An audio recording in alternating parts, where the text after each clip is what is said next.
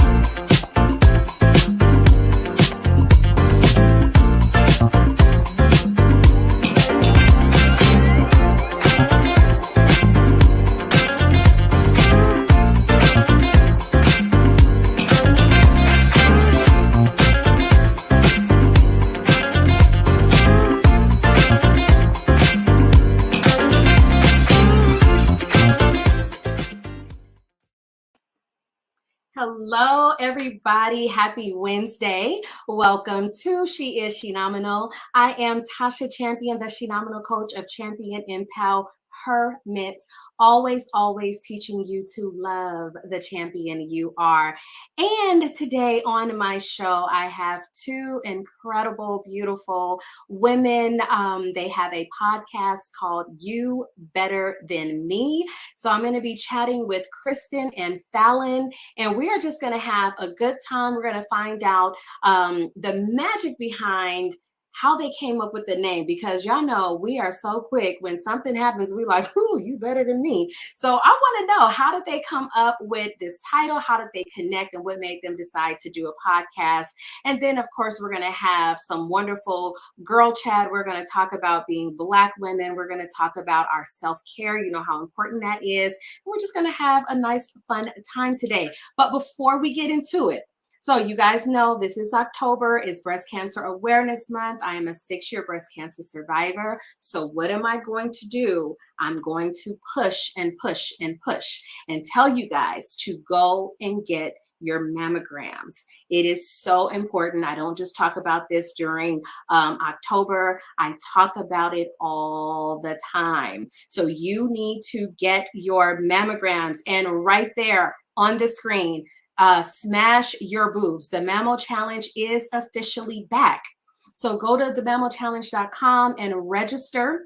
I do a huge, beautiful, wonderful grand prize that we will announce in July of 2023 at the 3rd annual Shenomenal Women's Brunch. But please, more important than anything, it's time to smash your boobs. And don't forget to call a friend to tell them to smash theirs too. Now, I'm really happy. So you guys know, like, I'm always in pink during the month of October. And what's so cool about this month, I'm really happy, y'all, because you can't fully see it, but this is my NFL Crucial Catch shirt for the Los Angeles Chargers. Yes, I am a Broncos fan. I had the honor of being at the game and going on the field in 2018. And I'm so happy because I go back on Monday, my first Monday night game. I'm going to be live at the game. I get to go on the field, and they are playing the Broncos. So you guys know my heart is full. I know, listen, for all my Raider fans, yeah, they're not doing that well. I don't care about y'all. It's still my Broncos, and I'm so happy to see them live and in person. And I just want to give a shout out to the LA Chargers, to the NFL for honoring survivors. I know it's Breast Cancer Awareness Month, but there will be other survivors there as well. So that's all I got for y'all today. Just making sure that you guys smash those boobs. It is so important. Shout out to just survivors everywhere. Shout out to family members whose family have transitioned because of breast cancer. So much love and support to all of you. Now, we're going to take a quick break because when we come back, it's time to get into our show. A lot to talk about. I love talking to beautiful, intelligent ladies that just have a lot to offer. They want to pour into people. They want to pour into you today. So we're going to take a quick break and we're going to be back with the host of You Better Than Me. We'll be back.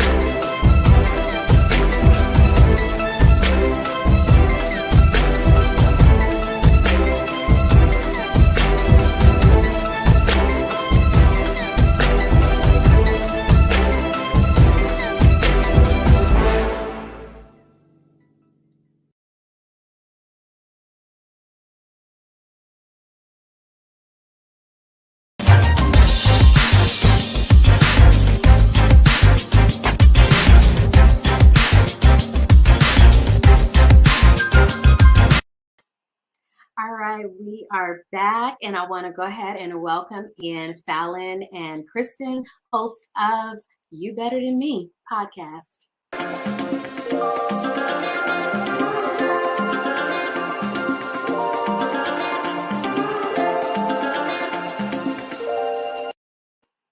Hey, ladies. Hey, how are you? I am good. Thank you. Thank you so much for joining me on She Is Shenomenal. I appreciate you guys being guests today, and I am really excited. Hey, Johnny. Oh, did he just call my Broncos Donkos? We're not gonna go there. We're gonna talk to the podcast host. We're not gonna have a football argument today. But I'm really excited to have you guys. I was always like from the start. I love the name You Better Than Me. So first, before we even get into how you guys came up to that name, I want you guys to introduce yourselves and what you guys do. So we'll start with you.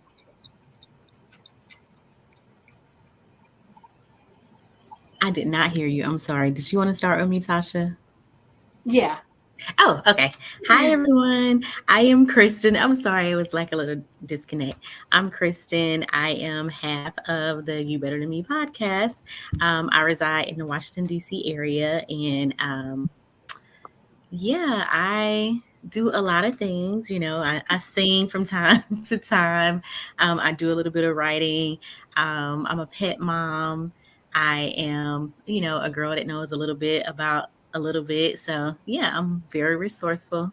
I always feel like when people ask you to talk about yourself, it's like, oh my gosh, I know nothing about me. So that's kind of how I feel in this moment. So I'll pass it to Fallon. Okay, go ahead, Fallon. Mr. Buck to me. Hey everybody, my name is Fallon Hamilton, and I am joining us straight from Houston, Texas. I am an attorney by day, a writer, and half of You Better Than Me the podcast. Prepping for a wedding and just trying to stay sane up in this crazy world that we're living in right now. And I am excited and happy to be here. Well, first off, congratulations on the upcoming wedding. That is huge. That is beautiful. So congratulations. Shout out to Black Love. All right. So y'all know I'm ready to just really dive right in. How did you guys come together and how did you land on the title You Better Than Me? And then tell me about it. Like, is it more like You Better Than Me, or really what does it mean? Ooh, just how you think it means. So just the background on how we met each other. Kristen and I were good, perfect strangers because we did not know each other. We did not live in the same city. We forged a friendship literally online. And just as time progressed, it was like, dang, I would have been her friend in real life. Like, I like her. I really like her. Like, we have so much in common. And it just so happens that, I was celebrating my 40th birthday. And she came all the way from DC to come celebrate with me. And it was like, okay, she's a real person. She's not crazy. Like, I like her. Like, she's my friend. Kwame had already kind of put the bug in our ear, like, I want y'all to do something. Like, y'all have so much chemistry. Y'all just make me laugh. Like, we need to get something together. So, like, the week after my birthday, I actually ended up going to DC to visit her. And she didn't Jeffrey Dahmer me, thank God. She was a real person. So, the virtual friendship still works. I like pork. Right. So we were just sitting on her couch, kind of just brainstorming, like, what is something that we always say to our girlfriends or that we always say to our homegirls? It's like we're giving each other advice or something. It's like, girl, you better than me. Like, I'm not gonna tell you wrong, but I'm gonna hit you with the you better than me. And that just kind of stuck. And Kristen, feel free to fill in any gaps in the story. I feel like I gave the real abbreviated version, but it was like it really was like that. No, it really was like that, but I do feel like the you better than me. It's kind of like, it's almost like shining a little bit, but not really. It's kind of like, well, I wouldn't do it, but you can do it. It doesn't mean that you're bad if you do it, but it's just not for me, girl. You better than me. I think we all said, and we all have our different meanings behind it. And I think on this podcast, it's like we're saying it, but then we're also giving you alternatives, like what you can do and what you can learn from the experience if you happen to be better than me and actually go do that thing that I probably wouldn't do. Mm-hmm. I love it because that's our thing. You better than me, girl. But I like the fact that you're letting people know it's not about the fact that you're wrong. You're just saying I wouldn't do it, Right. and that's okay. What you choose for yourself is okay. What are some of the topics that you guys have on your podcast? Ooh, I feel like we have talked about everything. Like, season 1 was just full of just like, I won't even say like gossip with your best girlfriend. Like, it was like the listening in on when like the ladies you admire, or like your aunties, or like the people who are sitting around when you're a little girl and you want to listen to their conversation, but you just can't join in. So you have to just kind of listen with the listening ear. I feel like that was kind of like the scene we set, and it went from everything from relationships to self-care to setting boundaries and frenemies, dating people with multiple kids. Dating, yes. Are you drawing from your own experience to create the topics and conversations? Absolutely. So, yes, we definitely are. We do ask like our friends and family members, like, you got a topic that you think we should discuss? And sometimes we won't, we'll table it and then we may come back to it, but it's really, really personal. I think I bear a lot on the podcast. Over time, I'm telling a little bit more. And if you are like in my real circle of friends, then you probably know one of these stories, but I kind of like put it all out there because I do feel like I didn't grow up with an older sister. So for people that don't have older sisters, older cousins, like, we can be that to you. I know Fallon always says aunties, but I try to say like sister cousin or something like that. So we're that for you, if you need someone to speak to, or just pretty much letting people know that we've had the experience too. And there may have been a person that have said like, girl, you better than me, but we still ended up doing what we felt was right for us at that moment. And that's not wrong, because you can always reinvent yourself and level up. I love that. What has been like your favorite episode or topic so far? And I say so far because there's so much more to come. So what has been your favorite topic or subject like so far that you guys got to talk about? I feel like we've had so much fun with just season 1, and season 2 dropped today. Shameless plug, season 2 dropped today. And I'm not gonna front, I listened to the first episode of this second season, and I think that may be in the top running for me because we really have found our flow. We're more comfortable, and the conversation just seemed to be so just on time and like realistic. So I'm kind of feeling this welcome back with season 2. I don't know about you, Kristen, but I'm feeling that. So it's funny that you say that because I have not listened to season 2, episode 1, but I was going to say that was my answer before you said that was your answer, just because when we came back to recording, I felt like that first episode was just kind of like everything. Like, Fallon and I, we go back and forth when it's, time for us to record. We're like, oh, girl, I'm so tired. Work killed me. She's planning the wedding. I'm in the streets. I'm doing, events after events. So we're like, oh, you want to record today? And as soon as we hit the button to record, it's just like everything that needs to be said is actually said. So I felt like that was my my favorite episode, just because after going through one whole season and coming to this second season, and the season is speaking about wins, it really lets you know that life is truly about seasons. Like, you can be in a season where you are just down in the gutter, and then you come into that next season and it's like, oh my gosh, like, this is how life is supposed to be. Like, I needed that time because now I can truly appreciate this time. And that's kind of what it felt like for me. Right. Yes, So like, you guys give us a little bit of what was in season 2, episode 1. Like, what can we look forward to? Because both of you are saying it's your favorite. So I'm like, well, I don't want to get left out.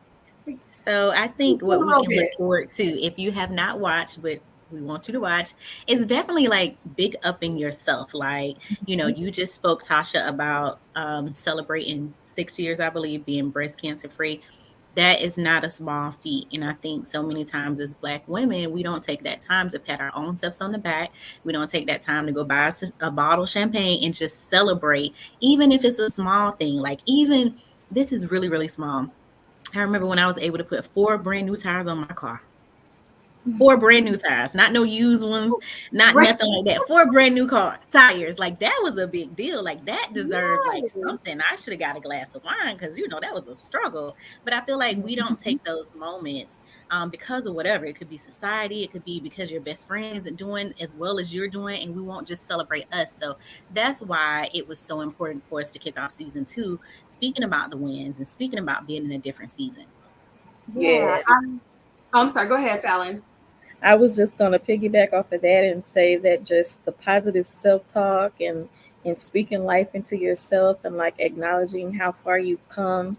Anytime you've had like those valley moments or just moments where you've not been able to say, dang, life is really going good, to get to that other side and like actually see it, like it feels like God keeps blessing you when you can like sit down and like acknowledge the blessings that he's giving you.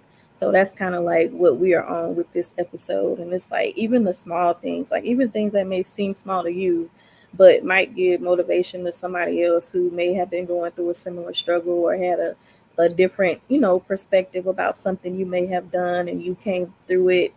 Like, I just feel like excited for everybody to kind of listen in and just know the changes that we've been through and like really be able to celebrate us and with each other.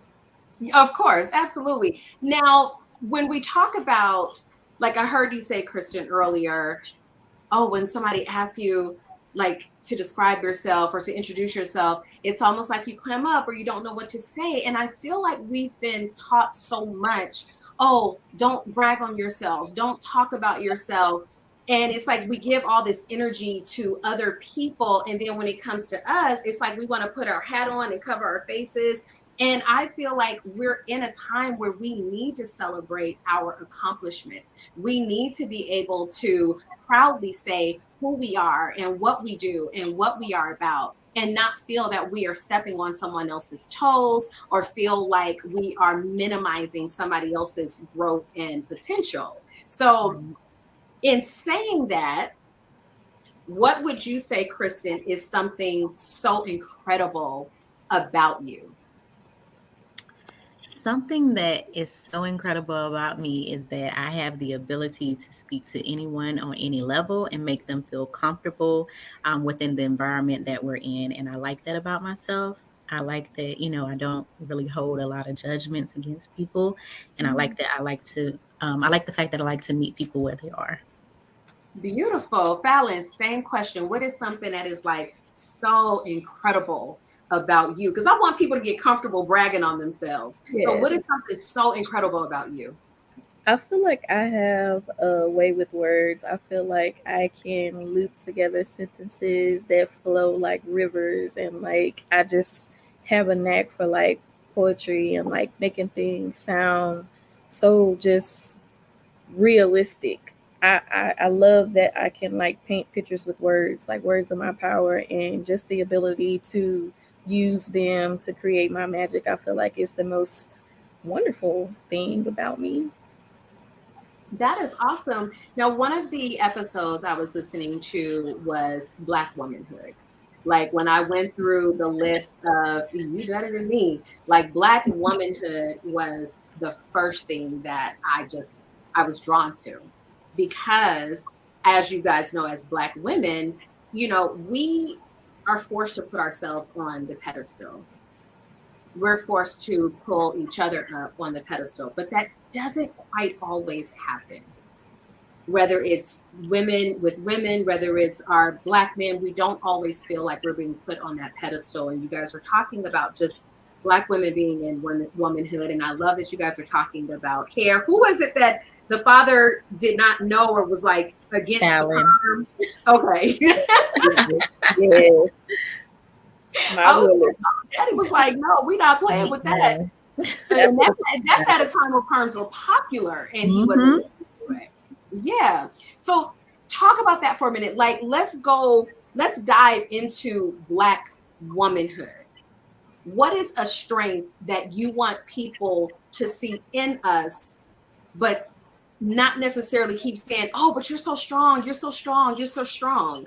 Like, I get so tired of that phrase anyway, but what's a strength you just want people to naturally see in Black women unapologetically? I would say pizzazz, just like the ability to ooze just brown sugar and wonderfulness, and like just the charisma and the just energetically Blackness that just comes out of us. Like, any Black woman can go into a room and literally just change the whole temperature of the room with our emotions or our smile or how we walk or just how we even look at stuff. I just think that we have that special ability to just control the narrative with just our actions, our being, our essence. I love it. Kristen, what about you? I feel like my answer is so much similar, because I was going to say style, but not in the way that we dress. Just, I feel like anytime when you see people doing something is pretty much off the backs of a Black woman. That can be an entertainer making fun. And I'm not saying that, in a positive way, but even in a positive way, who is a Black woman, that can be styles. I mean, you go outside and you see something, big earrings, like, who started this? Black women. I just feel like, everybody wants to, this sounds so bad, but I feel like everybody just wants to be the Black woman. And, some people do it in a positive manner, some people do it in a negative manner. But I mean, our style is just everything. Like, there are a lot of people that really look at it and they say, I wish I could have that. And it's not always, the strength. It's just, I think it's just the knowing that you just are who you are, and you just, accept that about yourself. And I think that's one thing that, as Black women, like, that internal acceptance that we don't always have is still deep in us, and it just comes out at the right time. And I think that's what other people really want. Yeah, I feel like we have something that's so magical and so soothing and so peaceful and so celebrated, and yet we are the race of women that gets minimized the most. We can wear our hair in the most styles. We come in all different shapes, sizes, heights, curvy, all of this. And I feel like yet we still get minimized, while everybody else, like you said, is capitalizing on the very things that we naturally have. And I'm like, how can we, put Black woman energy in a jar? And I ain't trying to sell it, but right. I was about to say, I don't want to sell it though. Don't give them no ideas. Lord, don't give them no ideas. But when we think about like how much we tend to take on, and a lot of it has come from the years of slavery. We took care of those outside the home. We took care of those inside the home. We took care of the master. We took care of his wife and his children while still taking care of our children. Like, we had this. And so whether women of today, especially the younger generation, realize that we're still carrying that same behavior, that we have to carry it all, we have to do it all, and we need to do it with a smile on our face. How do we honor our ancestors and what they did and what they created and what they brought forth, while still being able to, like, not feel like we have to take on the weight of the world on our shoulders? So how can we honor them but still respect where we are today and not feel like we have to be who they were? rest, sit down. I was just spelling, get out my head. I was literally about to say rest. Because Live a every time soft I talk to life. my grandma, she like, you laying down. I'm like, I'm resting for you because you didn't get to Yes. rest. So I'm resting for you. So you should be happy that I get to rest. And that's what I'm going to do. Put some red lipstick on if you want to. Exhaling freely. Being still, not thinking. Yes. And the reason why I asked you guys to define it is because so many people have the misconception that rest is sleep. And those are totally two different things. So let me ask you, when you say both of you initially, like it was rest, that was the first thing. Do you intentionally rest on a consistent basis? Or do you find that you'll be going and going and going and then realizing, uh-oh, my body is about to make me rest? Like, do you put rest on your calendar? How do you implement that rest into your life? I try to take what my body needs. So I know a couple of weeks ago, I didn't feel well. And I was like, my body needs to lay down in the bed. And that's exactly what I did. And I really wasn't asleep. I was awake. It's also finding rest in just days. Like I think yesterday was like a national, everybody have those made up days, but like a national Black woman's, maybe not rest, but it was something where you call out of work to do something. I'm like, man, I missed it. But then I was thinking, I do this all the time for myself. Like, I'm gonna get my rest, and I feel like it's part of my reparation package. Like, these are certain things that I'm just gonna get. Rest is gonna be one of them. I'm sorry, when I come to the job, I work hard, but I got to get the rest. So I don't want to say that it's 100% planned out. Now, at my last job, it was planned out because there were just some days when I'm like, I owe myself this day. I deserve this day, and I'm not going to do any work. And even if I don't do anything, I'm just going to lay around. I'm going to watch some TV, and this is just going to be my rest. Now, Fallon, with you are an attorney. You're also planning a wedding. So how are you finding those pockets where you're like, I got to rest? Well, honestly, September got the best of me and my body chose to sit me down. So I had no choice but to kind of bask in my ownness.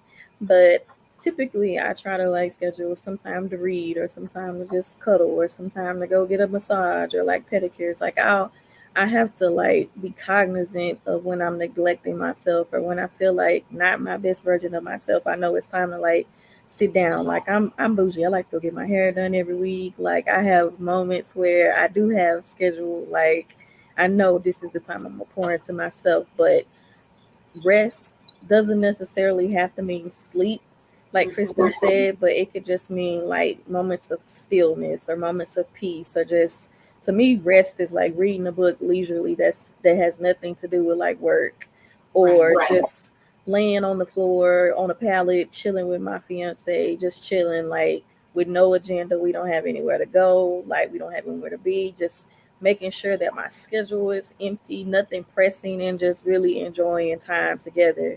Or even just playing with my dog. Like when Pepper not amped up, when Pepper ain't amped up, he's asleep right now, fortunately. But just like rubbing on him or just like throwing the ball with him can be restful to me. Like it's not anything that's like pressing my brain. I'm not thinking too hard. I'm not doing anything that's causing any worry or stress. It's just genuinely enjoying the moment. Got it. I love it. Okay, so we talked about like how we can honor our ancestors, but also not continue to put the weight of the world on our shoulders as we are expected to. So we're going to take a quick commercial break. And when we come back, I want you guys to think about this during the break. What is it that our ancestors have taught us that we need to make sure that we are mindful of with today, as the woman you are, as the younger women that are coming up in that generation? What do we need to take from our ancestors to keep going forward today? So that's the question that I have for you guys. We're going to take a quick commercial break, and we'll be right back with more of the host of You Better Than Me podcast.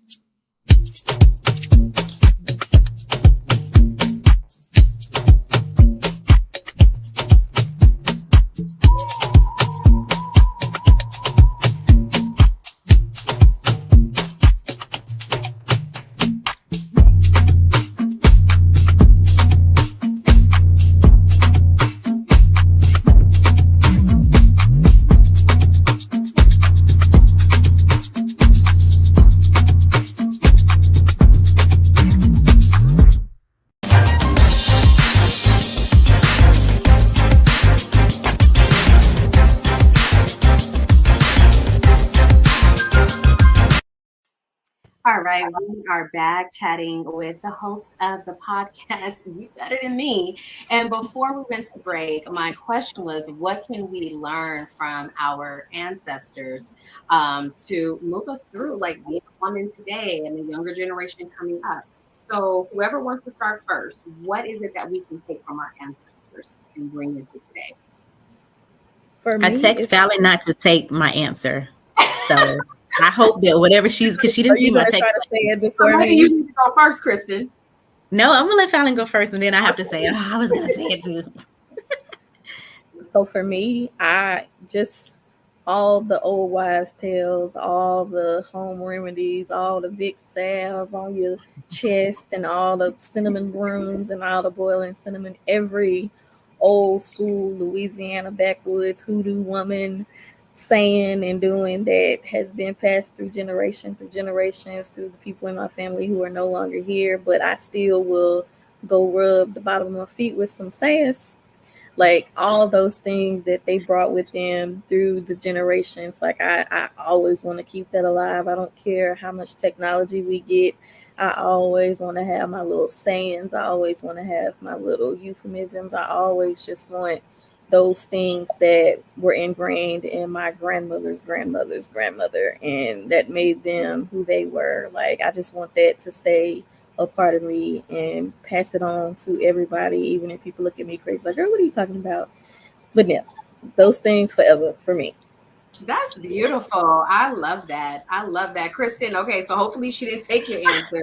So She didn't what take my is it answer. you do? Okay. So my answer actually has like a little bit of a negative connotation because we were just speaking about rest, but I will say that it's still important for me to have the resiliency of our ancestors because I feel like I know that we carry so much, but I feel like we have to start balancing that out. But we still need to be resilient because, as we mentioned earlier, like every which way life comes to knock us down, and we still have to build ourselves up. You know, we have to build our kids up if we have kids. Sometimes we have to build our friends up and our husbands and spouses and whomever. But I do feel like we were the ones still doing building up, you know, back in the day. And I feel like we still need that, but we just need to balance it out with a little bit more rest and relaxation.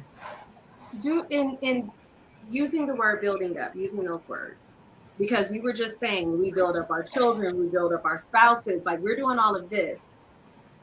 Do we still have the village to build one another up?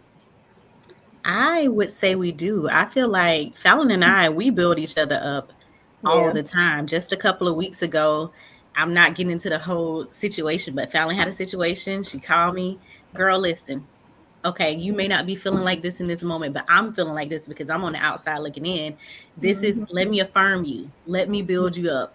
Don't look at what you looked at before. Let's do something else. These are all the good things about you. This is why you're in your winning season presently. And Fallon has done the same thing for me, you know, time after time. So I do feel like it's important to have your tribe of people that you can really count on that can actually build you up when you're not feeling your best. I feel like that whole sisterhood is not dead. I'm a loving hip hop person. I'm one of those people that watches all of the reality shows, and I get it. You know, it's reality TV, so there is a level of fakeness to it. But I feel like when we come back into the real world, I have people that totally have my best interests at heart. You know, they want to see me win, and I want to see the same thing for them. Same. She's like saying, you know, Same. that's it. That's we just spoke a whole word. And I asked that because actually before I say that, let me go back a little bit. Because we talk about building each other up as friends, as Black women, and I know that you guys also have your other circles and your other friends. How do you have seemingly hard conversations with your girlfriends? I just had to have one the other day, and it was I was so stressed. And I feel like the thing is if you are coming from a good place, there's no malice, there's no ill intent. Sometimes you just have to say it. Sometimes, and not sometimes, oftentimes people don't grow at the same rate. So I may be in a different area on one situation. It might be one situation, whereas you might be in a different area on 12,000 other situations. And I think that you just got to say it because sometimes people don't know. And so it was really stressing me out, the conversation I had to have, because I didn't want this person to feel like I was being a bad friend. But I just feel like, hey, in this moment, I got to choose me. But in choosing me, I hope that you can see that what I'm choosing, you can take the situation and then you can apply it to yourself, and you can choose yourself, and you can see where I'm coming from once you get out of the situation that you're actually in. So you got to do it with love, but I think you just have to kind of rip that Band-Aid off a little bit, because the thing about it is, if we're going to say that we can build each other up, we should also be able to say we can hold each other accountable, right? Mm-hmm. Yeah. That part. It's that accountability. Fallon, what about you? How do you have hard conversations with your close girlfriends?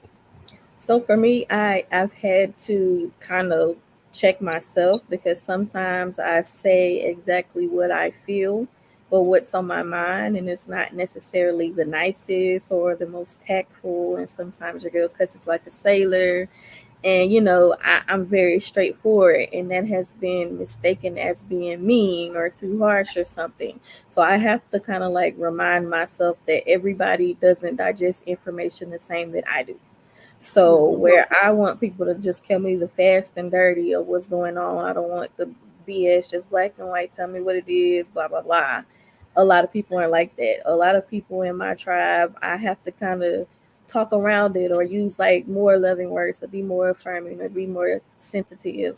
And there's been times where I've had to like actually go back and apologize, but like having the grace with your friends and like being able to understand that, hey, if I'm telling you something, then I'm not coming from like a bad place, or like it's never going to be any hate. It's never going to be any ill intention if I'm trying to do something for you or lead you in the right direction. So just being open and honest, making every conversation, all the group chats are considered like safe spaces, knowing when somebody wants to vent versus when somebody wants actual advice. And I had to check myself on that one too, because it's like I'm so solution driven. Like I Right. get you saying this, so do this, do this, do this. And sometimes people don't want to hear solutions, and they don't want to hear what you would do. They just want to get it off their chest. So like giving people that leeway to just kind of vent, and knowing the difference between when they want your opinion or when you want them to tell them, girl, you better than me, or when they want you to just receive what they have to say and like be there and receive it with love, or like with understanding without judgment. So it's a balance, but I feel like we all work on kind of making our friendships reciprocal, so that we know how to communicate things the right way and the wrong way with each other. We know which buttons push each other, and just knowing your girlfriends and being respectful and giving each other grace and holding space for each other when we're busy or when something may not look like you want it to look, or they're doing something that you may not do, but still give them the space to learn and like make that mistake in them. So with that, so two things, because Kwame literally asked my next question before I go into that. One thing that I've learned, especially because I am an empowerment coach and I'm an intuitive healer. So I like see energy on people. I can, a lot of times I've had to learn how not to just tell someone something, because it can be scary. Somebody just telling you something. Mm-hmm. You're like, how the hell did you know that? What I've learned is if someone is calling me to talk, I need to ask, do you want feedback? Mm-hmm. Because I have the ability to just, like you said, when you're solution driven, Right. and because I want you to feel better, I'm jumping 10 miles ahead, because now I want to give you every step because I need you to feel better right now. And that doesn't always work. So I've had to learn how to ask, would you like feedback? Because sometimes people may just need to talk, Now, going back to Kwame's question, which was my next question, is what do you do? Well, I'll just read it. How do you handle a friend that doesn't hold themselves accountable for their contributions to an issue? That's a hard one thing when everything's all positive and you just, like, okay, well, let's sit down, let's have a talk. But what happens when you have someone that's not taking responsibility? Is it because they don't see their side? Is it because they don't want to admit their fault in it. And some people are just flat out in denial. It's like, nothing is my fault. Everything is on you. So what do you do in those situations? Then I'll tell y'all what I do. I'm a little straightforward when stuff like I'm a firm believer in growing apart and growing beyond and growing above and natural occurrences, just kind of like shifting the dynamics of friendships. People tell me I'm a little cutthroat, like, oh, you just can't just stop talking to a person. I'm a Scorpio. Yes, I can. So like, if I don't necessarily feel that they see the harm in what they've done, or like they've hurt my feelings or done something that is just unrepairable, then I don't have a problem just bowing out respectfully and just kind of letting nature take its course. I've had people that friendships have ended rather naturally or over some type of issue that they had, but I don't have any situations where someone was bold enough to like come to me and tell me like, hey, I have a problem with this and I don't like how you reacted to what I did or anything like that. So people tend to run from that confrontation, I guess, or kind of run from it when they know they've done wrong.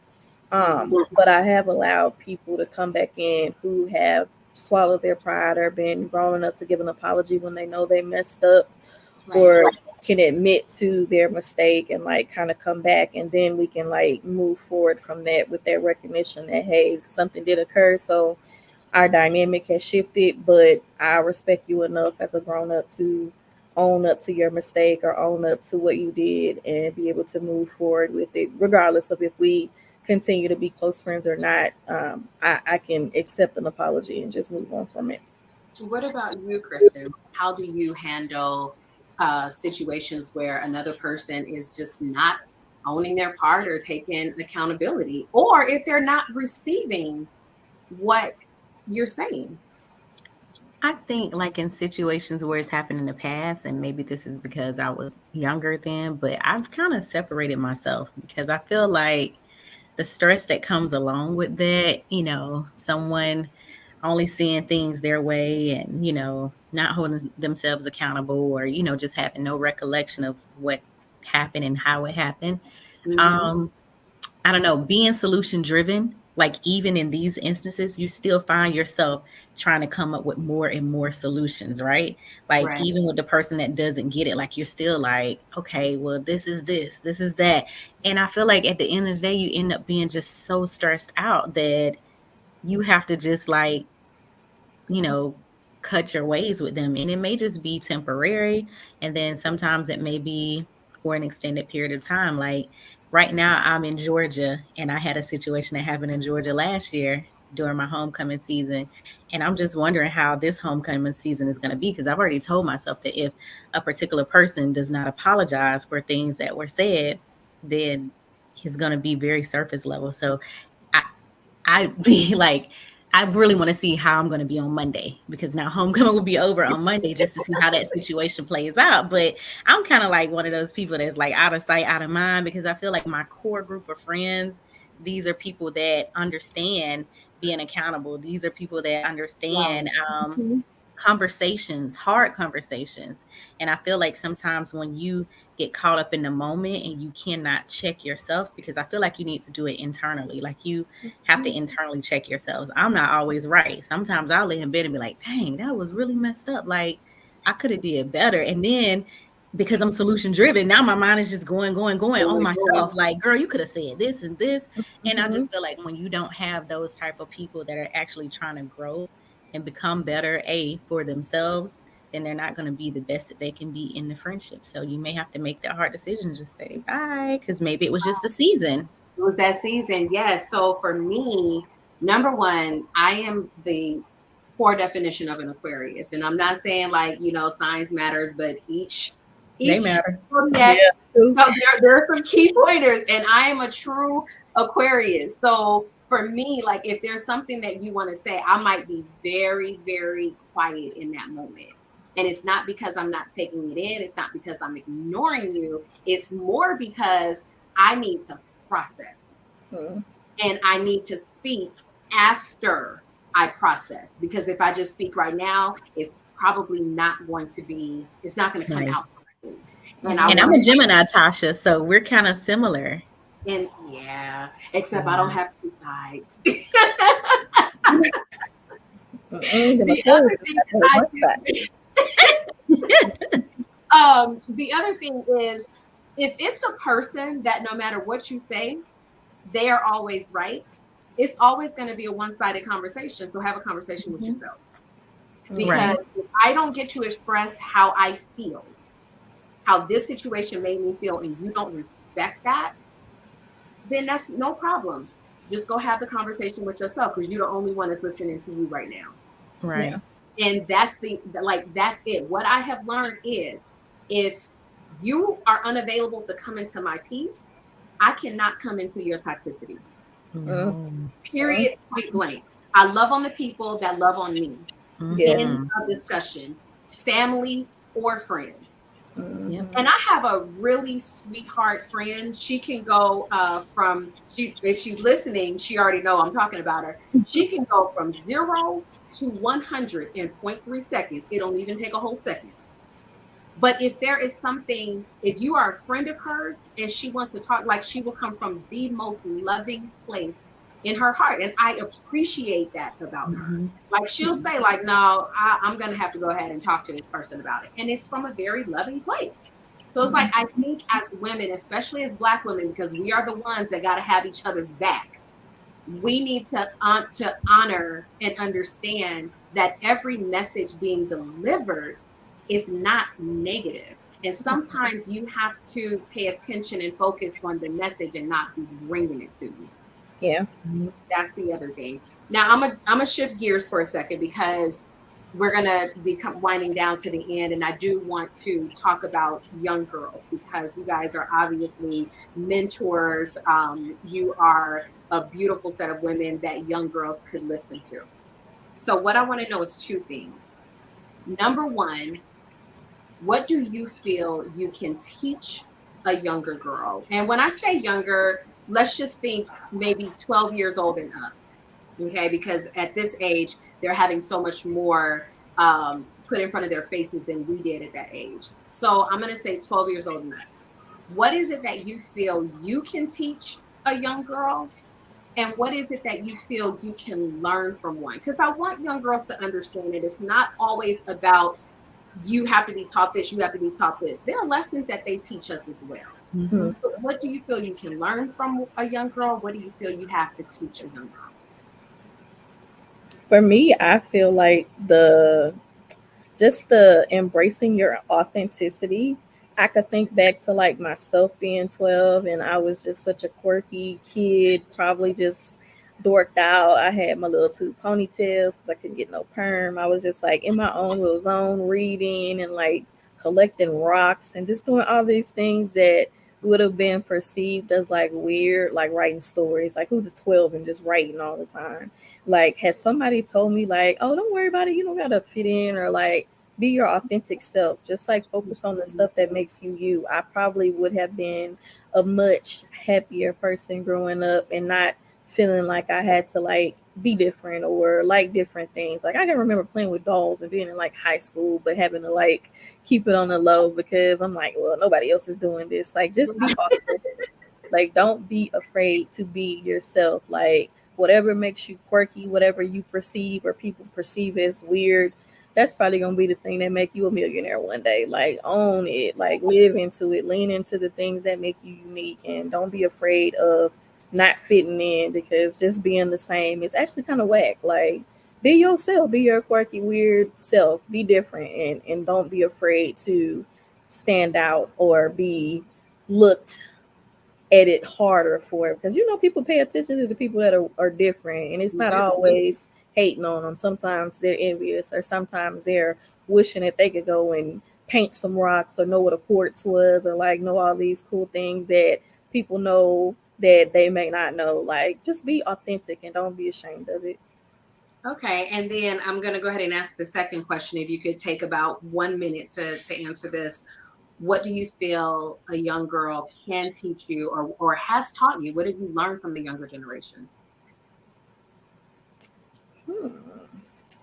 My goddaughter teaches me just how to look at life with a new perspective, a fresh set of eyes with no judgment. And if I don't understand something, not to look at it with a frowned up face, just to look at it and receive it, or look at it and try to see different perspectives. Just being around her and her friends, just listening to them laugh and like talk about things, even the slang that they use, just a fresh perspective on viewing the world. And I think that anybody from 12 to 19 to 20 can breathe kind of that new life into you and give you just a different way to view the world.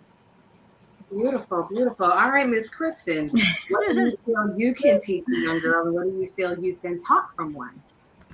I think, and this is something that we have spoke about on our podcast, just giving yourself grace. I think that since we're in the era of social media, like we see so many things and we think we're supposed to have so many things at this young age, and that's not really how life works. Like some people are able to become millionaires by making YouTube videos, but everybody isn't. And because you're not, it doesn't mean that you won't get to where you should be at the time that you should be there. So like give yourself grace. Everyone has a struggle period. Even the people that, became millionaires from YouTube or wherever, everyone had some type of struggle that they had to get through.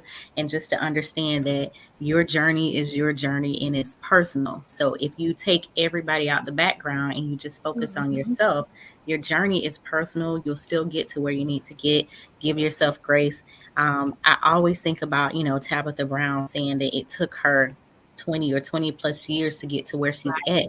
And I just feel like when we speak from like maybe a biblical sense, our days are not the same days as God's days. So, for us, we think we done waited all this time and God, like I did this instantly, you know what I mean? So I know that may be a lot for somebody that's young, but if you're giving yourself grace and just know that everything doesn't come exactly when you want it, but it will come how it's supposed to come.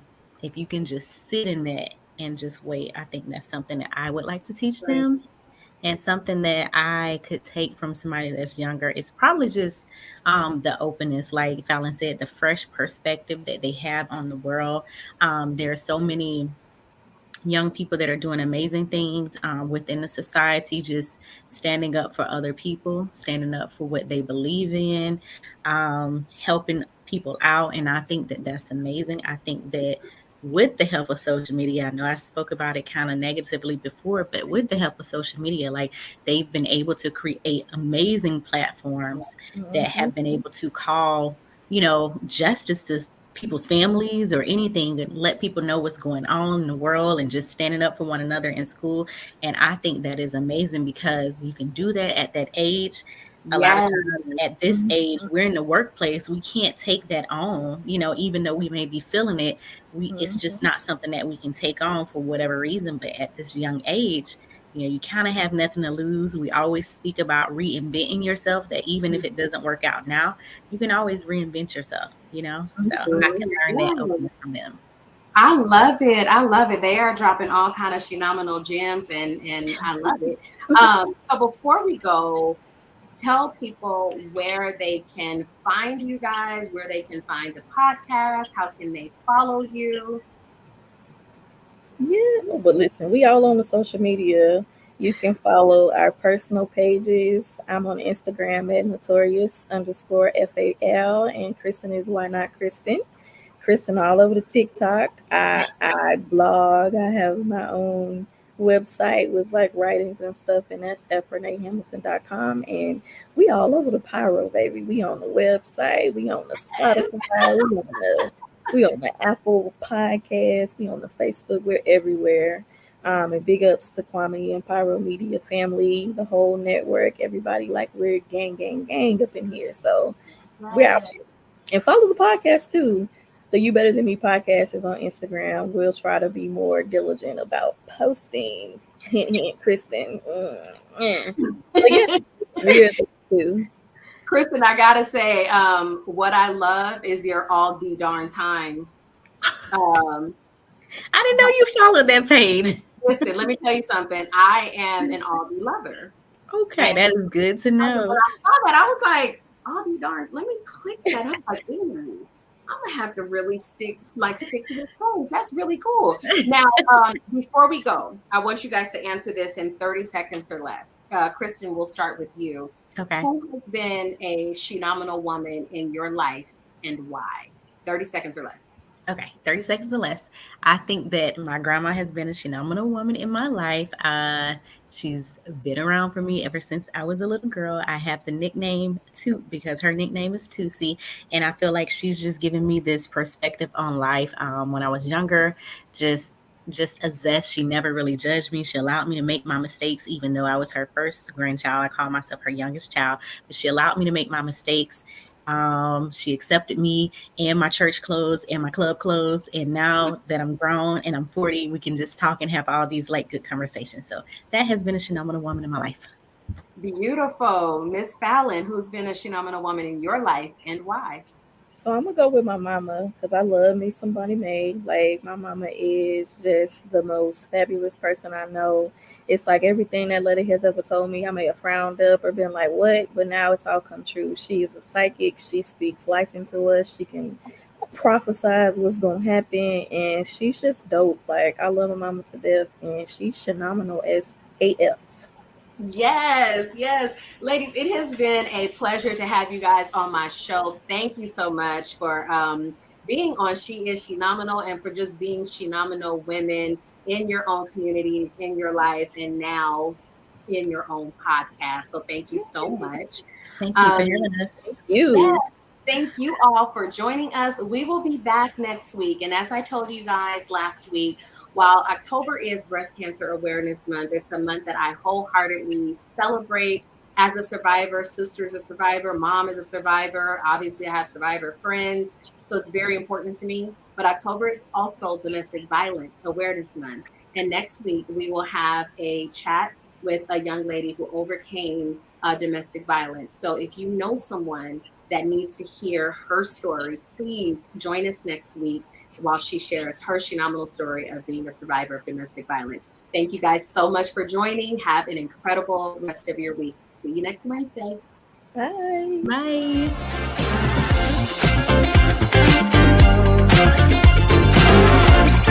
Bye.